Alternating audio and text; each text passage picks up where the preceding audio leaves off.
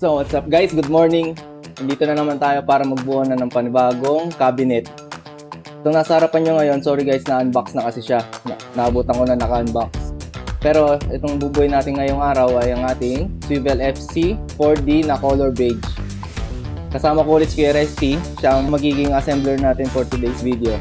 So tara, buuin na natin to. So gaya na nasabi ko, na-unbox na kasi siya. Kaya kailangan na rin itong may deliver mamayang hapon. So ito, upon unboxing, ito yung mga parts niya. Ito yung i-assemble na drawer pa. Manual. Tapos yung mga slider niya sa gilid or yung roller niya. Ilang piraso to ya?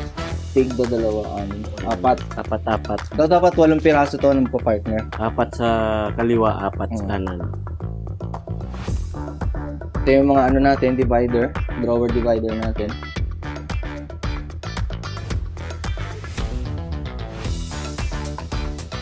Yung top.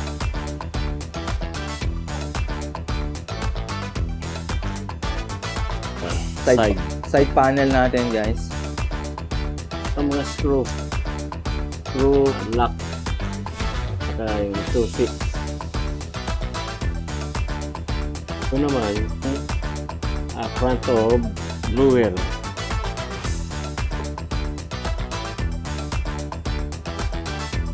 Kasi sayang lang yung oras.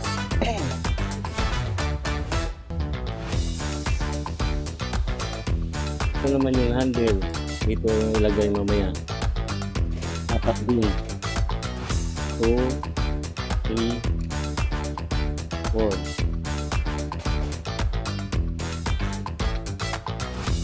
Naman yung ukuran. Tapos itong pang ano niya sa ilalim. Paano? Support. Sa likod to, ito sa harap. Plus, itong tinatawag nila Yun yung mechanism para sa central lock niya. Susiya. plus right side.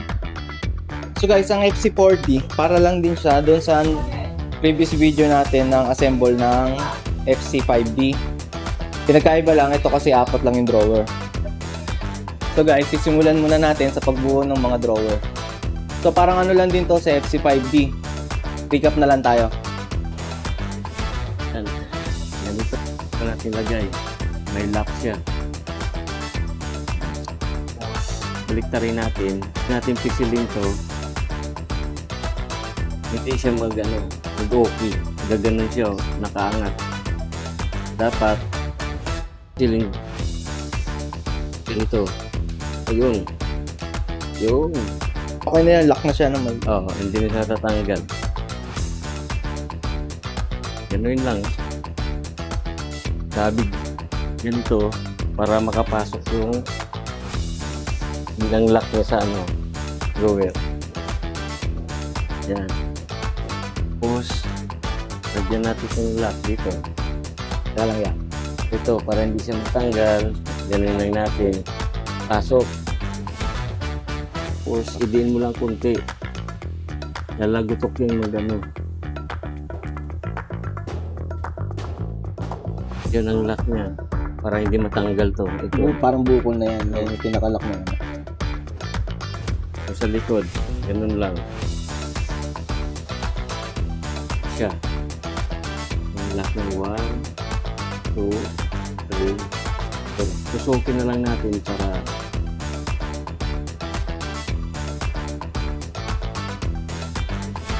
kukuha tayo dito.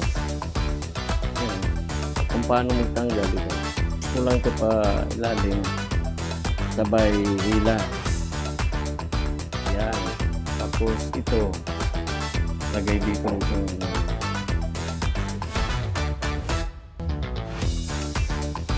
Ito nakalak. Yan.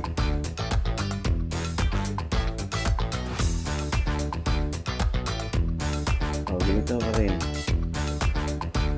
Yan. Kita na yun. Dito mo ang lock dito, dalawa. Lalabas yan pag dininan mo. Yan, lalabas. Isa. So, yung dalawa. Yun ang lock. Hindi na matanggal.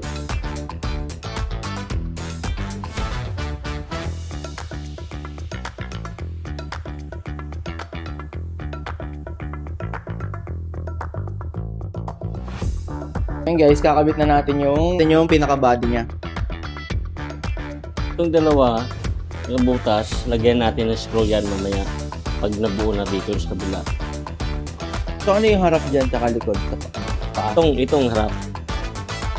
Yung Itong malapad. likod. Okay. Para ma-identify nyo, ito yung likod na paa niya. Yung walang harang dito. Maliit. Tapos yung sa side drawer niya naman, makikita nyo. Ito yung panglikod. Ito yung may lalim na ganyan, yung may palalim. Paras lang sa kabila. Ito yung sa harap. Ayan. Guys, screw natin. Ano maliliit. Half inch lang din yan. Yun. Yun.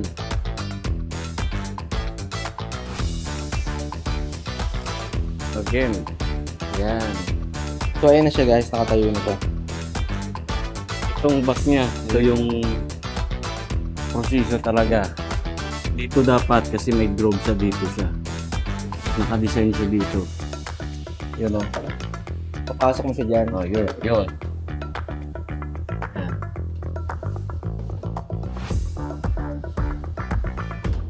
Yun. Tapos, may arrow naman siya. Hindi ka naman maligaw, may arrow siya. Saka may butas 3. Kabilaan 3 din. Screw ano. Ayun.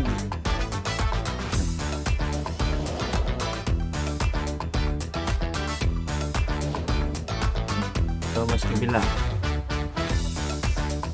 Oh, yes.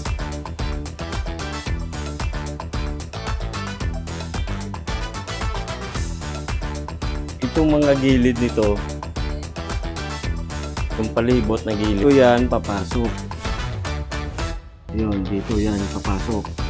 Papasok dito, maglalak siya. Yan. 4 lang ito eh. Panuhin nyo.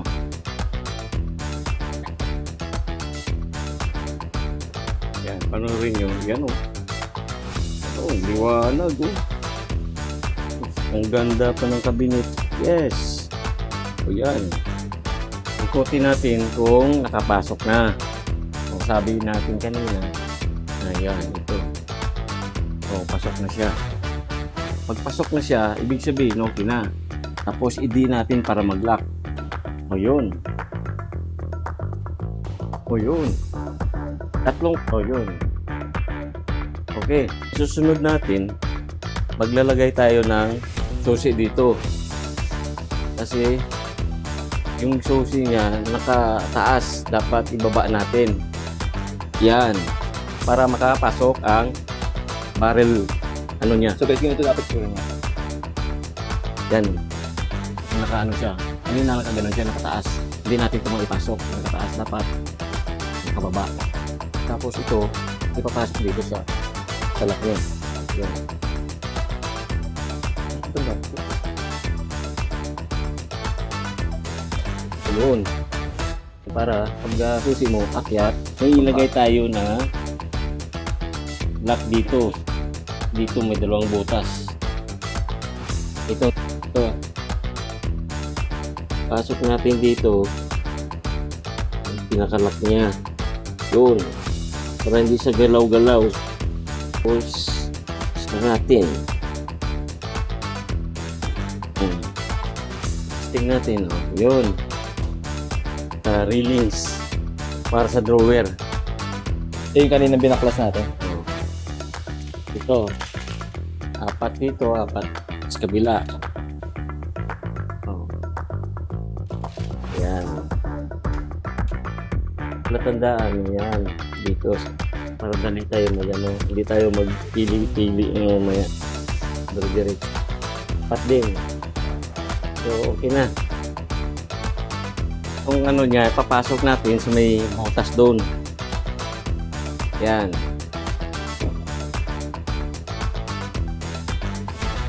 Tapos ito, dito rin sa butas para maglalak siya. Ayun, yun, nakalock na siya. Hindi na matanggal.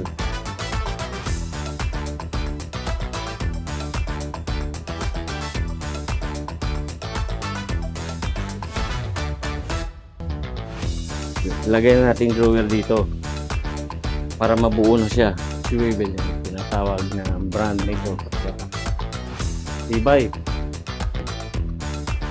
So, lagyan mo lang dito siya. Ayan, dito. Sa itim yan. Patong mo lang dyan sa itim na yan. Yan. Dito rin sa kabila, ganun din.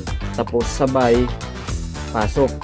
Huwag ipaiwan yung isa kasi may roller dyan sa loob eh. So, yan. Oh. Ituwid mo lang. Papakot. Yeah, ako yun. Very smooth. Yun.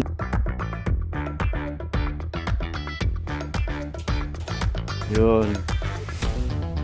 Oh, mukhang kabinet na talaga. I-testing natin. Lock siya. Oh. Sa taas, yung lock. Ikot. Oh. Tingnan natin drawer kung nakalock.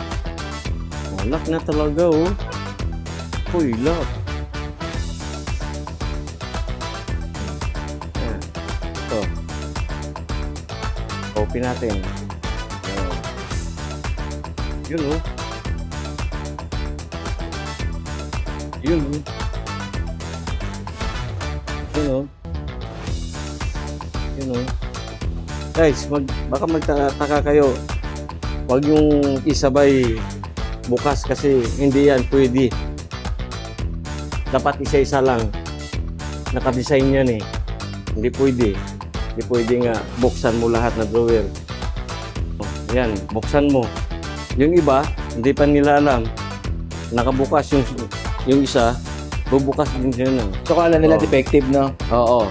Kala Hindi, nila may diferensya yung cabinet. Nakadesign talaga yan na isa lang yung i-open.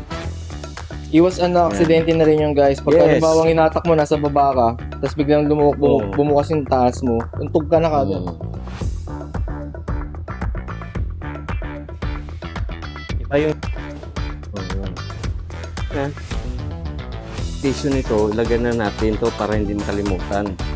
Ito, importante ito sa mga bagay na ilagay mo dito. Yan. Yan. Ito. Lalo sa mga pag nagpa-filing kayo guys, magandang yan para hindi masyadong dikit-dikit yung mga files mo. Nadidivide Ito. nyo kung halimbawa kung per year o kung month Ayan. yung pagpa-filing nyo. Dito ka. Yan. So ito na yon. Ito na yung ating FT4D na color beige. Available tayo sa 2 colors nito. Meron tayong light gray tsaka beige. Black pa tayo. Oo, yung pala, 3 colors natin, ang choices natin. Meron tayong black, meron tayong light gray, at ito ang binuo natin ngayon na color beige. So, kung interesado kayo sa ganitong cabinet, direct message nyo lang kami sa aming Facebook page, or pwede rin kayo mag-shop sa aming TikTok account o sa Shopee account.